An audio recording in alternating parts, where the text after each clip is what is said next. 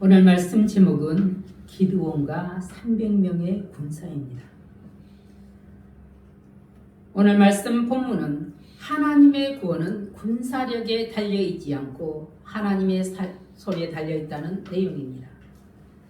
300명으로 너희를 구원하리라. 전쟁에 능한 만군의 여호와 하나님께서 기드온에게 하신 말씀입니다. 이 말씀은 또한 오늘 우리에게도 주시는 말씀입니다. 하나님은 말씀에 순종하는 자 소수의 병력 300명만 가지고 미디안 전쟁에서 13만 5천 명의 군사를 전멸시켜 승리하도록 만들어 주셨습니다. 이스라엘의 사사 기드온이 이 같은 기적적인 전쟁에서 승리하기에 앞서 행한 일이 있었습니다. 기드온은 전쟁에 나서기 전 먼저 우상 바알 제단을 쳐서 완전하게 부숴버렸습니다. 하나님의 일도 이렇게 순서가 있습니다. 기드온의 전쟁 역사는 여러 사사들의 기록 가운데 가장 많은 분량을 차지하고 있습니다. 그의 전쟁 기사는 여러 전쟁사 중에 매우 특별하기 때문입니다. 기드온의 전쟁 기사는 전쟁이 여호와께 속한 것이며 하나님의 구원은 사람의 많고 적음에 있지 않다라는 사실을 깨닫도록 해주는 내용이기 때문입니다. 이스라엘에게 이 사건이 얼마나 중요하였는지 하나님의 법궤 안에 하나님께서 시내산에서 모세에게 내리시는 십계명 두 돌판과 아론의 쌍난 지팡이와 함께 기드온이 전쟁에서 사용했던 횃불 항아리를 법궤 안에 넣도록 했습니다. 그리고 이 법궤를 성전 안에 두게 했습니다. 그만큼 이스라엘 역사에서 기드온 전쟁은 특별하고도 모범적인 전쟁이었습니다. 기드온이 이끈 이스라엘 군대가 진을 친 곳은 하로셈 곁이었다고 기록하였습니다. 반면에 미디안 군대는 이스라엘 북편 모레산 앞 골짜기에 진을 쳤다고 하였습니다.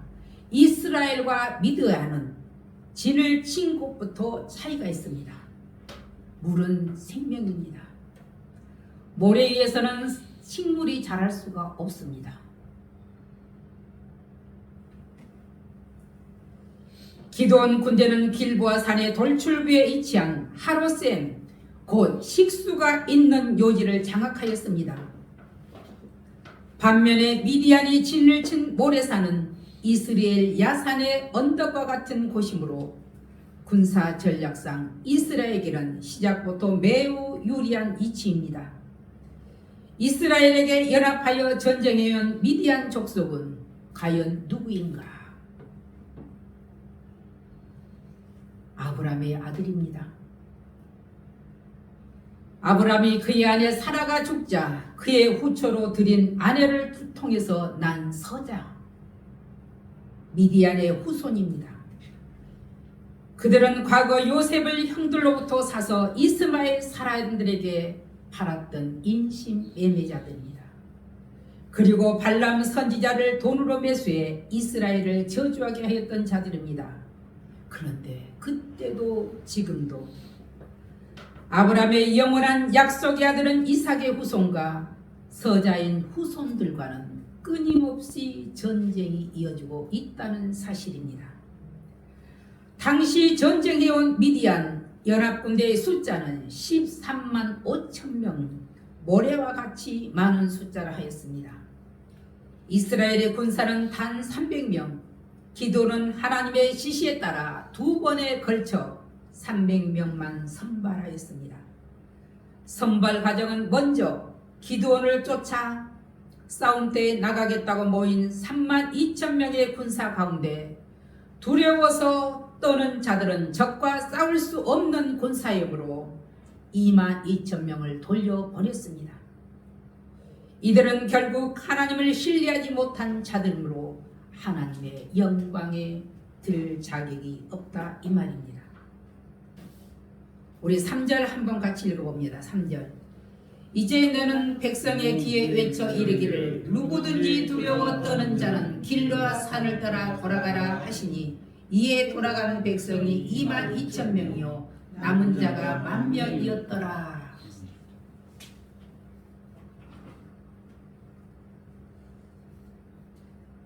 그 다음 선발할 방법은 물을 마시는 방법에 따라 무릎을 꿇고 마시는 자와 혀로 물을 핥아 먹는 자를 구별하여 지혜로운 자를 선택했습니다. 7절 우리 같이 한번 읽어봅니다. 7절.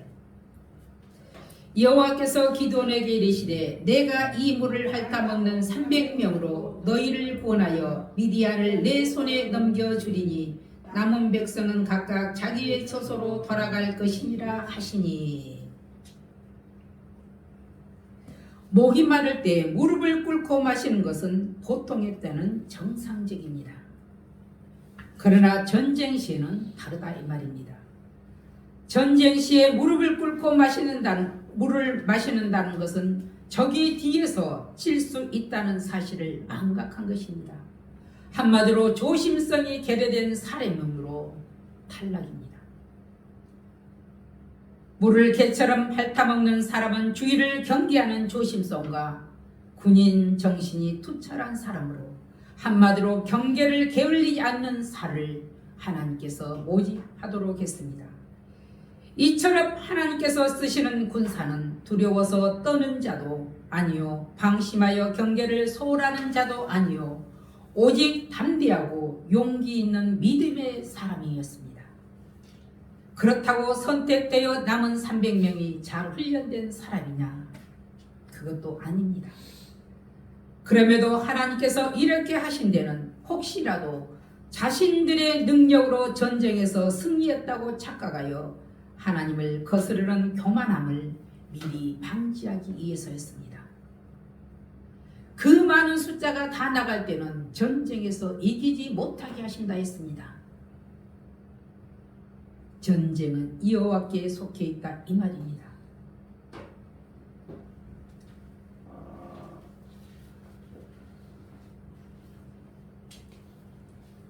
그러나 기드온은 자신을 쫓던 많은 군사가 떠나고 300명만 남자 이 적은 수로 저 많은 적들과 어떻게 전쟁을 할 것인가 고민에 빠졌습니다. 바로 그날 밤 하나님께서 나타나셨습니다. 그리고 말씀하셨습니다. 9절 우리 같이 한번 읽어봅니다. 9절. 그 밤에 여호와께서 기드온에게 이르시되 일어나 진영으로 내려가라. 내가 그것을 내 손에 넘겨주었느니라. 아멘. 내 손에 넘겨주었다 하시는 이 말씀은 기드온에게 승리를 보장하시는 하나님의 약속의 말씀입니다. 내가 그것을 내 손에 넘겨주었느니라는 하나님의 말씀은 그때만 해당된 것이 아니라 지금도 동일하게 우리에게 축복하시는 하나님의 말씀입니다.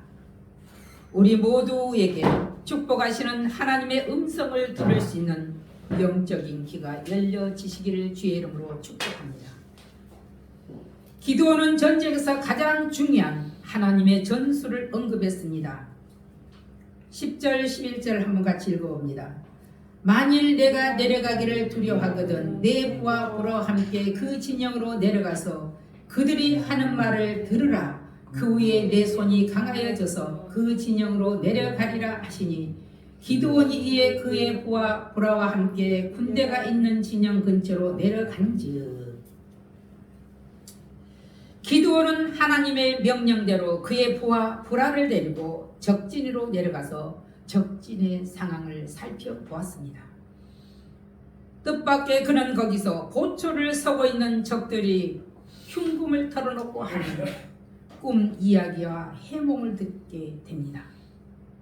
그때 그는 그들의 이야기를 듣고 적군들의 정신 상태를 알게 되었습니다.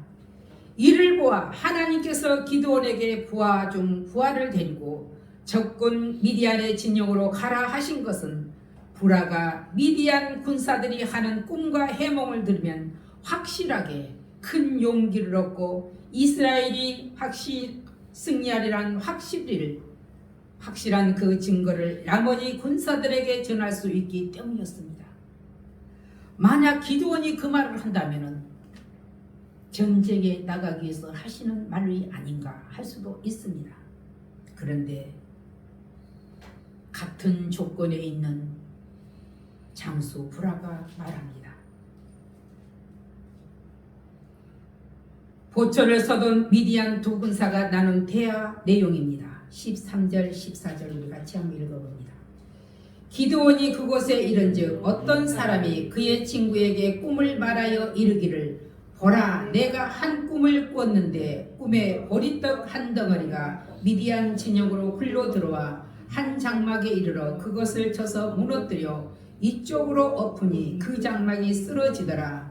그의 친구가 대답하여 이르되 이는 다른 것이 아니라 이스라엘 사람 요아스의 아들 기드온의 칼이라. 하나님이 미디안과 그 모든 진영을 그의 손에 넘겨주셨느니라 하더라.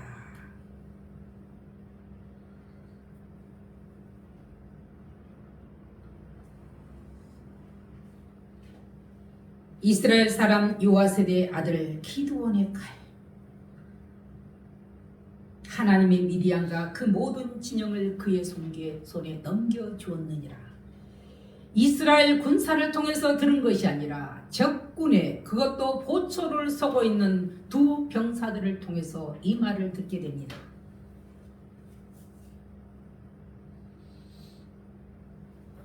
또한 해몽한 그 군사는 하나님의 계시를 지금 말하고 있는 것입니다. 꿈과 해몽은 곧 하나님의 계시라는 것을 기드온은 알게 됩니다. 기드온은 미디안 두 군사가 하는 꿈과 해몽의 대화를 엿듣고 이스라엘의 승리를 확신했으며 대적들의 입을 통해서도 역사하시는 하나님께 영광을 올려드렸습니다. 그들은 돌아와서 하나님께 경배했다고 했습니다. 그들의 꿈에 나타난 보리떡 한 덩어리는 빈민 계급이 먹었던 가장 흔한 떡으로 여기서는 비천하고 압제당하는 이스라엘을 상징했습니다.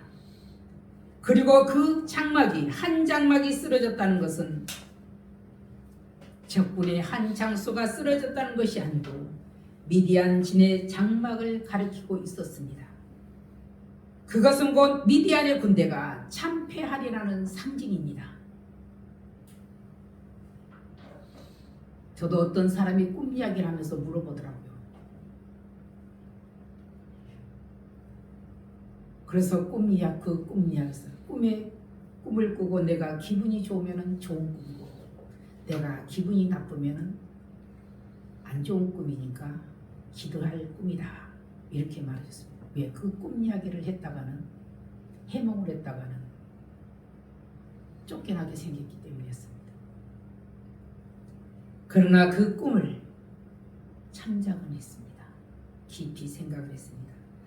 하나님 이렇게 사람들을 통해서 꿈을 꾸게 하고 그 꿈을 통해서 하나님께서는 계시를 한다는 사실입니다.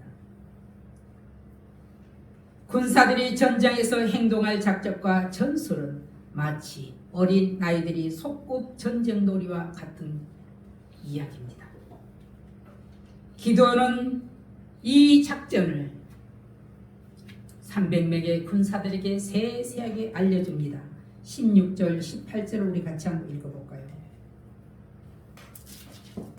16절 18절 300명을 세대로 나누어 각 손에 나팔과 빈 항아리를 들리고 항아리 안에는 횃불을 감추게 하고 그들에게 이르되 너희는 나만 보고 내가 하는 대로 하되 내가 그 근영 진처에 이르러서 내가 하는 대로 너희도 그리하라 하여 나와 나를 따르는 자가 다 나팔을 불거든 너희도 모든 진영 주위에서 나팔을 불며 이르기를 여호와를 위하라 기드온을 위하라 하라 하니라. 아멘. 보통의 전쟁은 총칼을 쓰는 연습을 합니다. 그러나 하나님의 전쟁은 총칼을 쓰는 방법이 아니라 자연을 통해서 사용하십니다.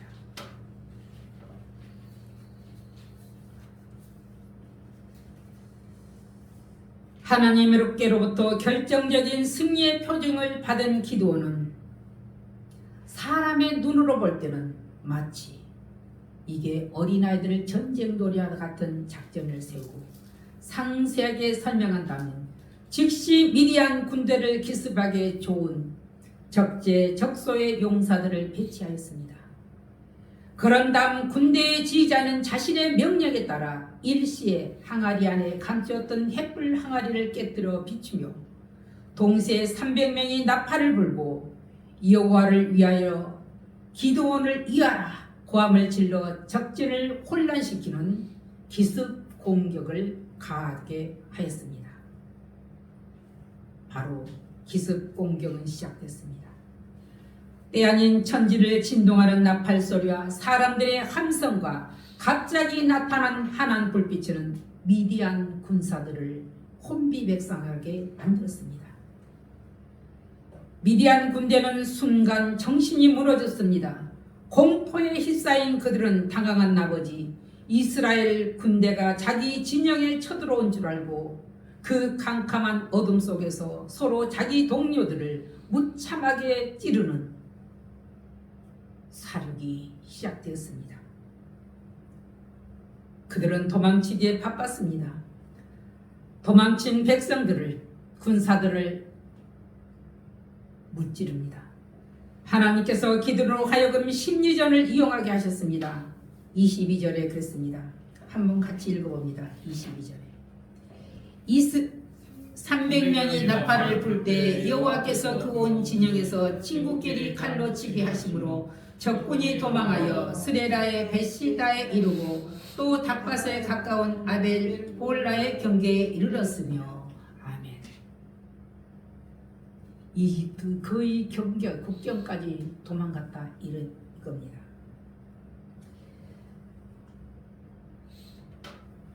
그들은 스스로 하나님께서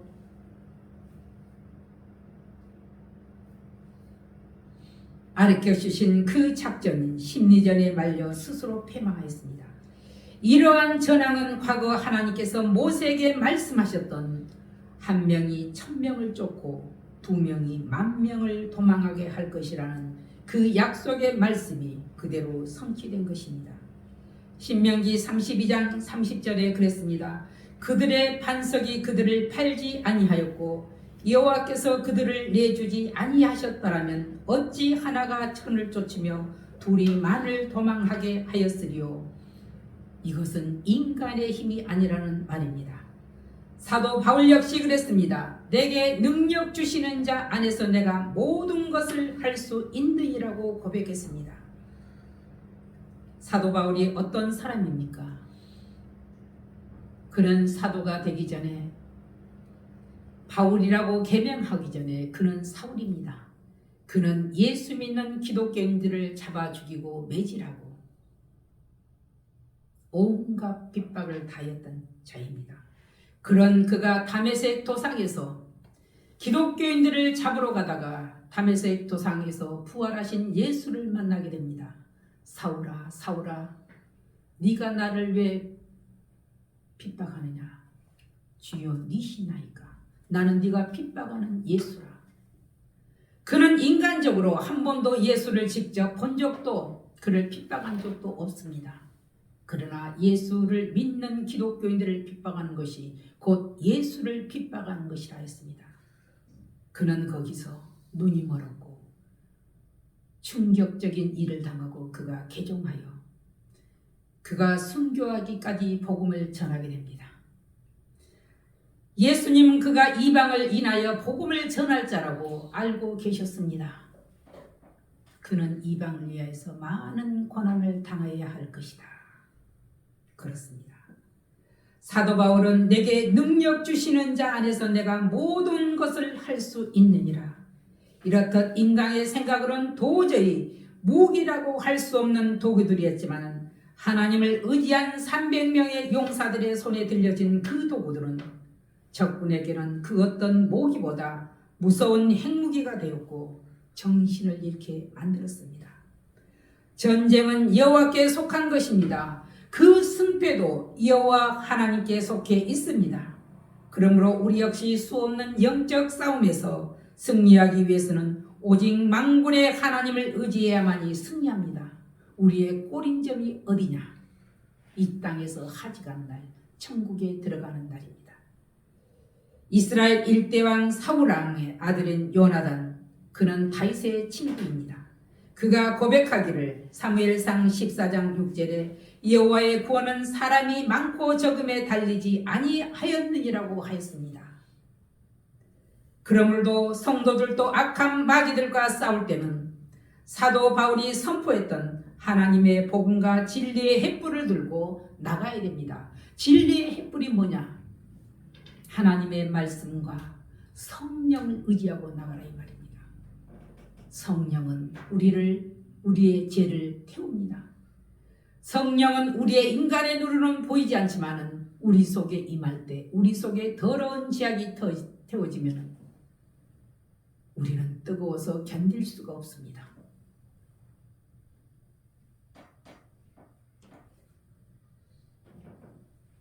세상 사람들의 눈에는 가장 미련하게 보입니다. 사도 바울은 마귀를 대적하는 싸움에 대해 구체적으로 선포하기를 에베소서 6장 10절에서 17절 안에 주 안에서 그의 힘의 능력으로 강건하여지고 마귀의 관계를 능히 대적하기 위해서 하나님의 전신갑주를 입고 진리로 너희 허리띠를 띠고 의의 호심경을 붙이고 모든 것 위에 믿음의 방패를 가지고 능히 악한 자의 모든 불화살을 소멸하라고 하였습니다.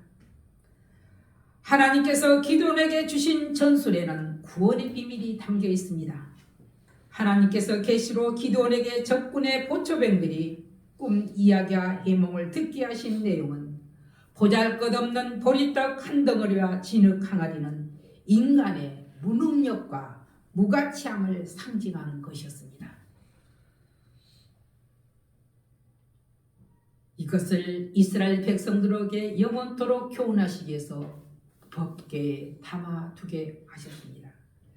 그리고 항아리 속에 감추인 횃불은 진흙과 같은 연약한 인간을 사용하시어 하나님께서 나타내실 구원의 영광을 상징적으로 보여주신 것입니다. 그렇습니다. 보리떡 같고 질그릇 같은 연약한 기드온과 그의 300명 용사들로 하여금 이스라엘을 구원하시기 위하여 하나님의 영광스러운 사역의 도구로 사용하셨다는 사실입니다.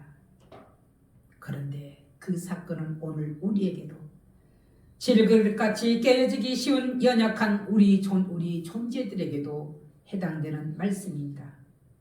그러한 존재인 우리의 모든 이론과 모든 지식, 모든 생각을 깨뜨릴 때 주님께서 우리를 온전히 사용하여 하신다는 말씀입니다. 똑똑하다고 지식이 있다고 자만한다면 결국 실패한 인생이 됩니다. 지금은 고인이 되셨지만 시대의 지성인으로 불리웠던 이어령 박사는 그의 저서 지성에서 영성으로를 통해서 자기 신앙을 고백했습니다. 지성이 깨어질 때 그는 비로소 영성에 대한 것을 깨달았습니다. 그리고 그는 고백하기를 마이 라이프 기프트였다고 했습니다. 그렇습니다. 나에게 주신 삶은 그저 되는 것이 아니라 하나님께서 나에게 주신 선물이라는 것입니다. 그는 죽음을 기다리며 탄생의 신비를 배웠습니다. 그 지성이 깨어질 때 그는 하나님의 비밀함을 알았습니다. 왜 이 땅에 잉태하고 태어나게 하셨는가를. 그렇다면 우리 역시 하나님께서 나에게 주신 그 선물을 어떻게 사용해야 할 것인가? 마이 라이프.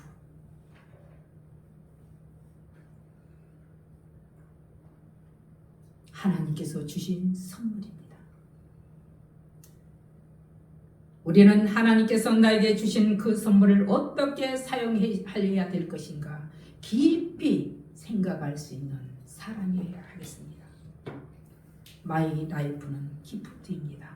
기도하겠습니다. 살아계신 아버지 하나님 감사드립니다. 우리가 태어나고 싶어서 이 세상에 태어난 것이 아니라 하나님 예정 가운데서 우리를 부모로부터 잉태하게 하시고 그 줄기를 통해서 이 땅에 태어나게 하신 하나님, 이 땅에 태어나게 하시고 많은 것을 보게 하시고 배우게 하시고 보게 하신 하나님, 오늘 말씀 속에서도 하나님께서는 보게 하셨습니다. 보고 깨달은 것이 무엇인가? 하나님의 역사심을 보고 깨달았습니다. 하나님, 우리도 이 세상을 보면서 이 지구촌을 보면서 하나님께서 역사심을 보게 하여 주시고 내가 이 땅에서 사는 동안 어떻게 살아야 할 것인가를 깊이 곰곰이 생각해 볼 수 있는 시간들이 되게 하여 주시옵소서. 예수님의 이름으로 감사하며 기도하옵나이다. 아멘.